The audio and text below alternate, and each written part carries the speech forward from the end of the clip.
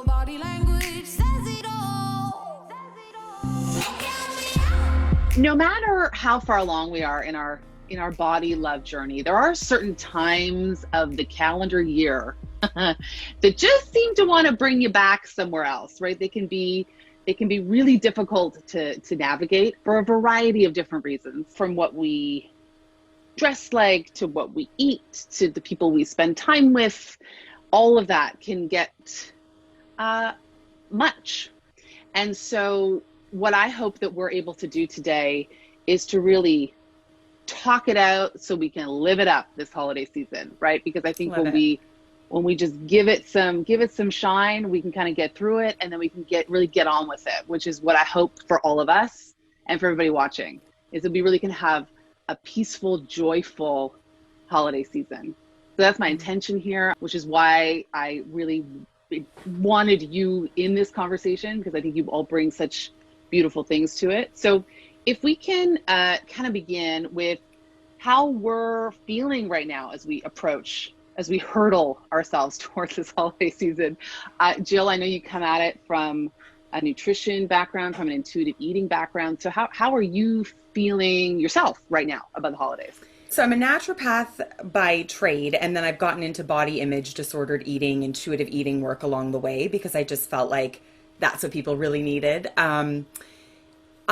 Even before that though, I always felt like the holidays were a really interesting opportunity to sink into pleasure and enjoyment. And I think that that's part of my personality. Oh yeah. And I like the that. and the more I learned about intuitive eating, the more I realized that it's not just fun, it's actually a really smart strategy as well, because in this like thin is best world, we're constantly taught to fear food and to fear our appetite and enjoyment and to control and restrict. And the holidays is filled with that push-pull of like enjoy and celebrate and have fun, but also not too much. Hold on, don't. And it's the push-pull that's so hard. And Alana, you were someone that I worked closely with on this series on body language, and I'm so happy to bring you out from your digital producer moment to your on-screen moment. You've been so forthcoming with your own eating disorder journey recovery, and I know that is something that a lot of people watching are going to share in this minute. So share with me how you are feeling about the holidays with what you're bringing with you. I'm up and down all the time. Leading up to the holidays, I have a tendency to and I did this year as well, I'll shop online for the perfect outfit that will make me look a certain way, and no one can tell that I've gained a bunch of weight. That happens literally every year. And this year was no different. I'm trying to live in this and sit in those feelings. So I'm also trying to kind of unlearn those kind of knee-jerk reactions to anxiety, because that's all it is.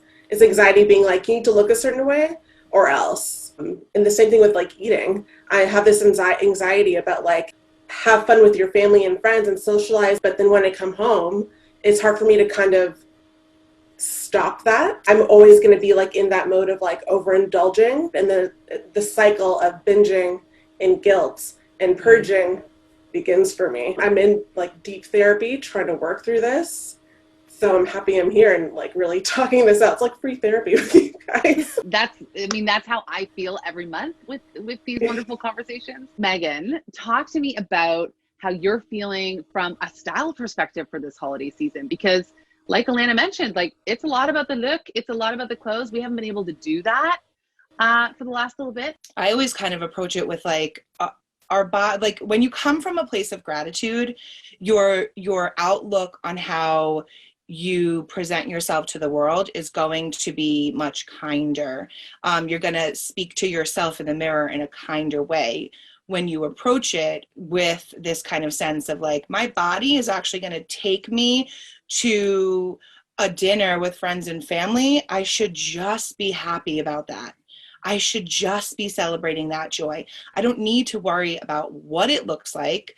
I want to make it fancy and festive and joyful and put some sparkle and shine on it. Absolutely. Because you should be seen. You should be celebrated. You should be putting yourself first and in the spotlight because you deserve it, no matter the size, we use fashion as our shield. So we should be having fun with it by putting on beautiful items that are draping our body, because our body is strong and gorgeous and beautiful and taking us through these moments in life where we're finally at the point where we can celebrate things again, right? Like, let's just remember the trauma we've all endured and how we can actually put clothes on our body and physically give someone a hug again. So what happens, because I think a lot of people are in this position, what happens, you go to your closet to put on the thing you think you're going to wear to the event that you want to go to, and it doesn't fit your body anymore. And you are standing there in front of that closet, hating on yourself so much. And I am trying to find the gratitude that Megan was talking about, but I can't find that gratitude anywhere. So how do we deal with that? Because I think a lot of people are having trouble showing up, seeing family, seeing friends they haven't seen in a while, or maybe they've only seen, tits up on a screen.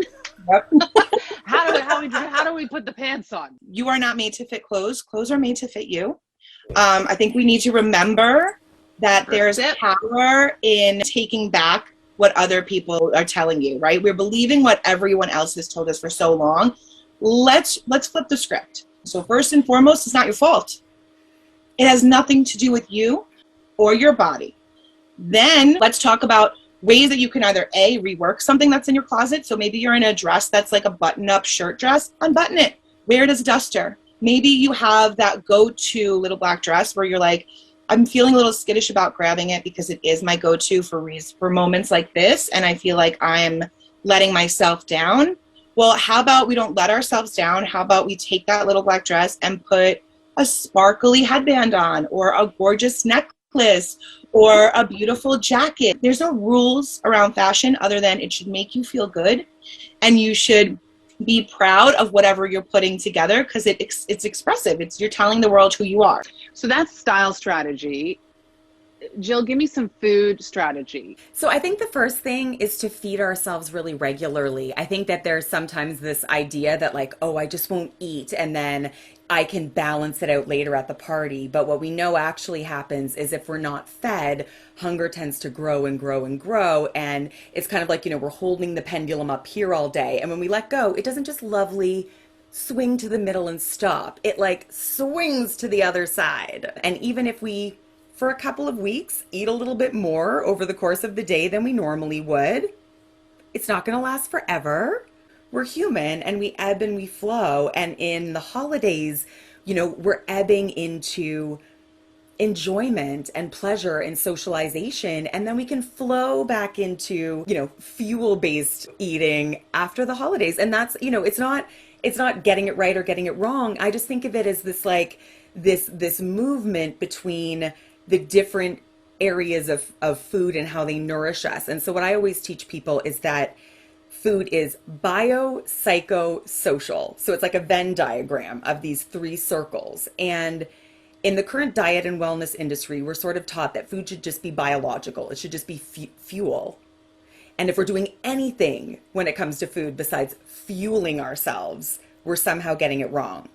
But food is never just fuel. It does nourish us emotionally, and it's social, it's cultural, it's celebratory, it connects us to other human beings. And so through the holidays, we are a little more focused on the social and the psychological when it comes to nourishing ourselves. And we can trust in trust-based eating, in intuitive eating, that we will naturally flow back into caring about the fuel aspect of food when the time is right. That totally makes a lot of sense, and I'm gonna keep that in mind. But what I really am focusing on is journaling. Journaling has been like a savior. And it's not about like me judging myself, and I'm not like jotting down calories or anything like that. It's a mindfulness practice, right? And as I head into the holidays, I need that more than ever, because it's so easy for me to slip into that rhetoric in my head. You're fat, you're this, you're that, you're gonna eat that cake, oh my God. And that voice, I call her Edith. If you follow me on social, that's love. Yeah, Edith is always there, and she's always like, Edith.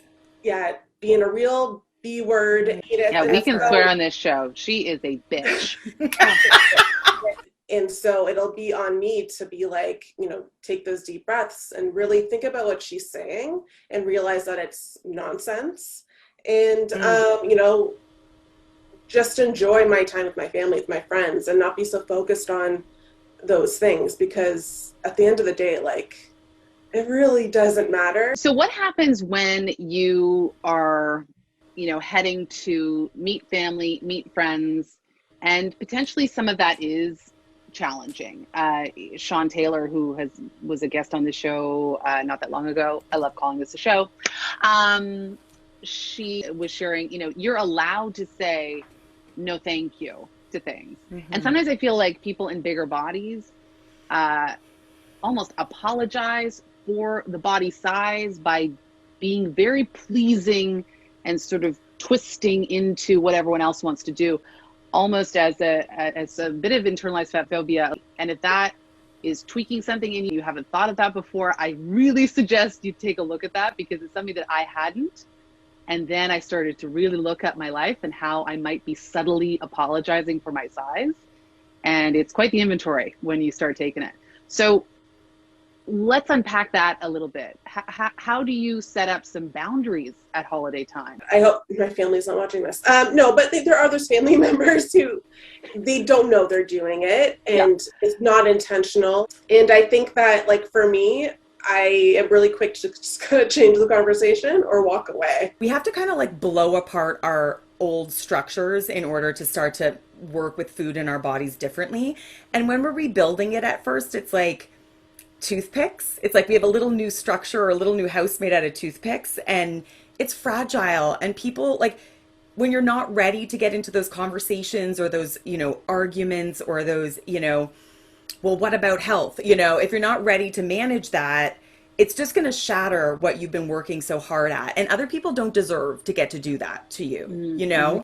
As you do this work, and like it goes from toothpicks to like popsicle sticks to like maybe eventually bricks, when it's stronger, that structure is stronger, then it becomes easier, and it comes from this place that's not so defensive and so reactive. It just comes from a place of like really strong, you know. I often will ask a question, like if someone says something really fat phobic, do you think that's really true? Is that true? My mom was overweight and obese my entire life. Some terrible things have been said at dining room tables. I come from a very large family of very loud, very opinionated people. And I love them all dearly, but everyone thinks their opinion is the opinion rather than just an opinion. You know, as someone who has found this time of year troubling, tricky at different points in my life, I think I did not think this was going to come up from me today, but I think if food is a source of struggle for you, that if you can take this season and have some wins that way for yourself and really be able to enjoy, and what you said off the top, Jill, to indulge in the pleasure of it and to really come away from this season feeling full. And I mean that in the most beautiful way.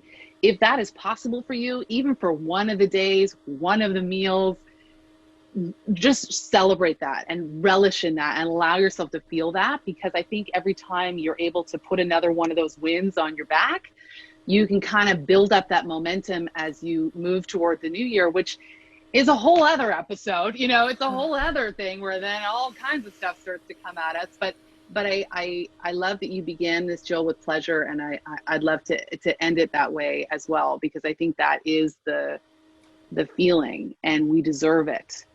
And I don't care what your body looks like, what it used to look like, what it will look like.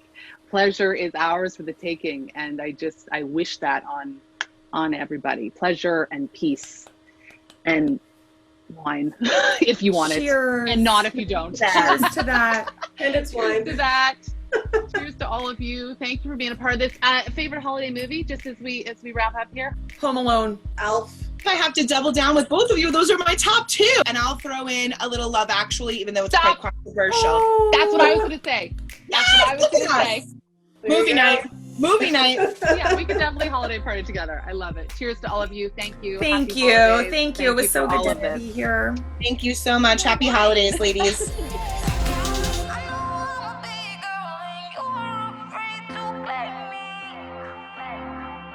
Your perfect world, now I'll never be that picture, baby.